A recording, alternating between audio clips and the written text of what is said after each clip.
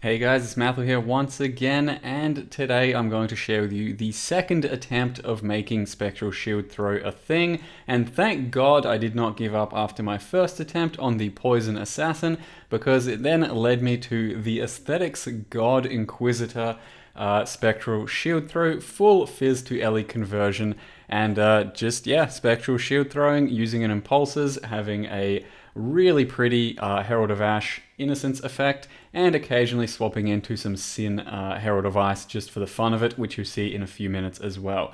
This has been just an absolute delight to play. The character is actually pretty strong. Spectral Shield Throw seems to be doing some really good work off of what is, I think, the strongest part of the skill, having an easy shield to use or craft, so you don't have to have a good weapon like with many other builds. It's just simply a pretty basic shield that has a decent amount of armor, and then that will more or less carry you all the way through the mapping process. The single target, nothing too special at this point, but it is fairly solid, and I do think I'll probably be able to manage all of the endgame with this character. But Spectral Shield Throw definitely isn't known or really having a strong point of single target. It is a clear skill, and I think if you're really worried about single target on a character like this, you can very easily start speccing into some Molten Strike action or some Blade Flurry as well on a pseudo 5 or 6 link with some different links in your helm or chest and all that sort of stuff, but that was my original plan. Currently, I don't think I need that, and I'm just relying purely on Shield Throw for all of my clear and my single target. This here you're seeing is some Sin Herald of Ice action with the Hatred still, so just the swapping Herald of Ash for Herald of Ice. It completely covers up the Impulses effect, but it still looks insanely pretty, and I have been having fun with that, but I do use Herald of Ash for actual damage purposes for the entirety of the character. This is just more or less for a novelty aesthetics feel. And likewise, I ran a few maps with just Herald of Ash Innocence effect and the Herald of Ice Sin effect for even more aesthetics. And as you can see, for bosses, I do sometimes swap out my Fork gem for a Hypothermia gem, so that's how we go from clear speed to single target. And I'm currently also using Chain with UR's Mirage. So I have Chain from the UR's Mirage, and then running Fork in my 5-link Impulses, swapping out the Fork for a Hypothermia whenever I need single target, which is some of the times for some of the tougher bosses, because with Fork, the damage is by no means any good. It will be kind of shit until you have your character figured out, and the little bit of a swap definitely feels necessary because you just about double your single target damage, maybe even triple, because Fork cuts your damage while Hypothermia gives you like 40% more. So it is a lot more damage to swap into the single target setup, so that may be a bit annoying if you don't really like doing that. Then Spectral Shield Throw as a pure skill may not be for you, but I think it is more or less a clear skill, similar to how a Kinetic Blast would function, and then having a Barrage single target. But for the time being, this Inquisitor has been, I'm going to go ahead and say, the funnest character I've played this league. I know that's a bit of a meme, but it's just been thoroughly enjoyable to look at and actually throw shields. This is me doing a Poorjoys at around level 84, 85, something like that, and notoriously, an Inquisitor, freezing, shattering sort of character, does clean up Poorjoys pretty easily, and you don't really need too much life on the character. I think he will hit about 5k in the end, maybe a bit over that, but we do have good defenses with some evasion, block, and armor, and as well as that, could fit a Taste of Hate in too.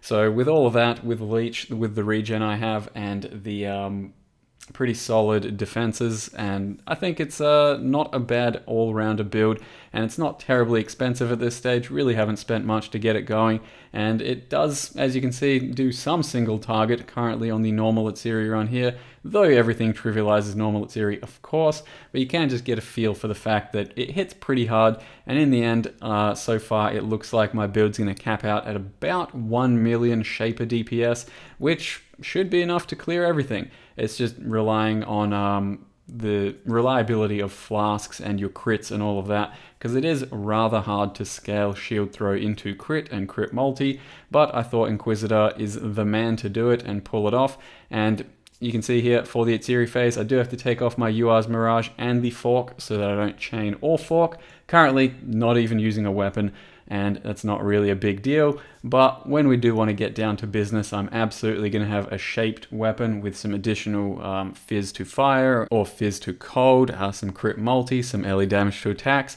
There's a lot of different stuff we can get from a shaper stat stick that I think should be best in slot for our weapon when Spectral Shield throwing. But I do want to go over the character for you guys, how I've built it so far, because currently I do think it's worth running if you want to try Spectral Shield Throw. So to take care of the important stuff, first of all, the aesthetics, the micros. Basically, they have somehow managed to make the Templar character model not look like complete trash for one of the first times ever, and that is with the Celestial Armor set.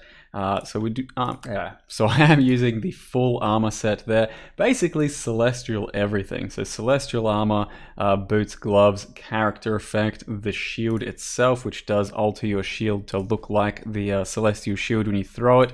Got a celestial hood, couple of pets, the Sin and Innocence sword with a celestial weapon effect, and Sin and Innocence footprints with the Sin and Innocence wings. Don't really have to have these wings in this setup. There are plenty of other things you can do, and the cloak itself already looks really nice and celestial.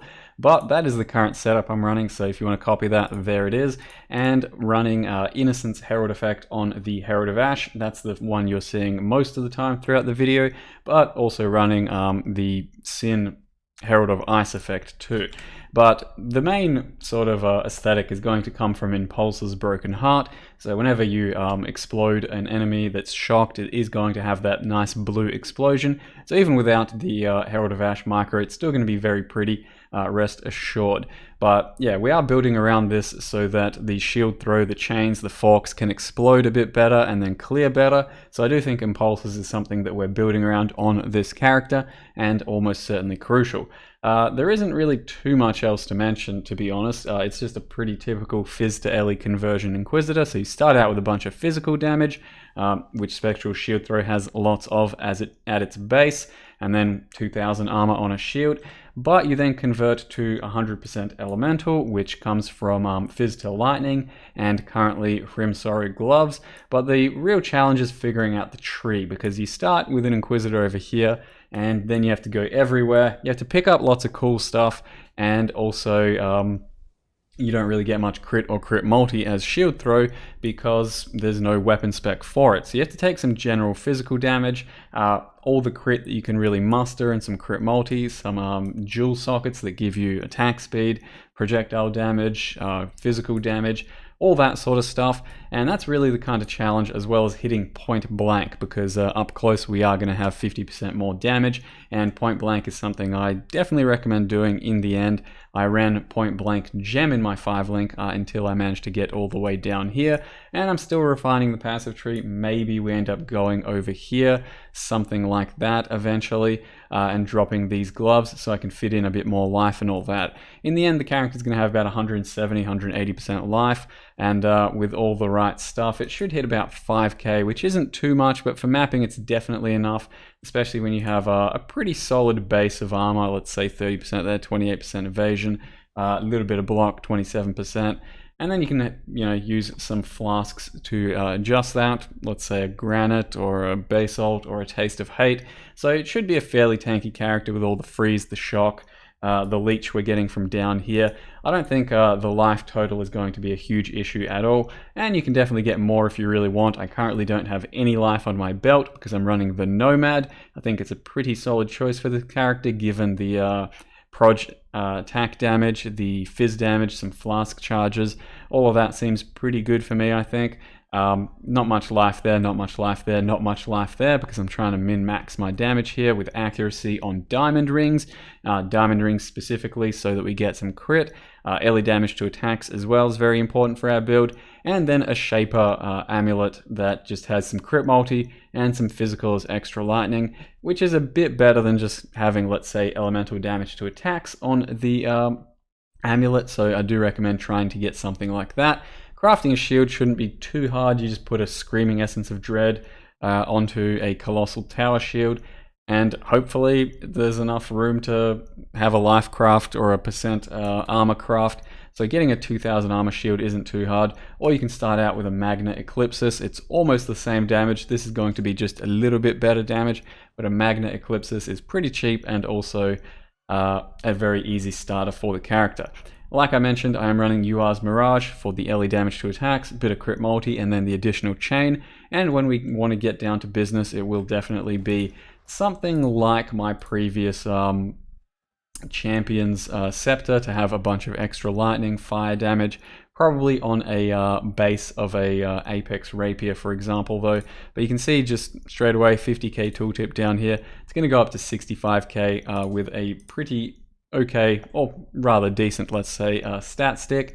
And like I said, swapping out Fork for Hypothermia when we go single target. So for single target, Spectral Throw, Hypothermia, increase crit, fizz to lightning, early damage with attacks, and Fork in the 5-link. 6th link at this stage is probably going to be fizz proj damage to attacks.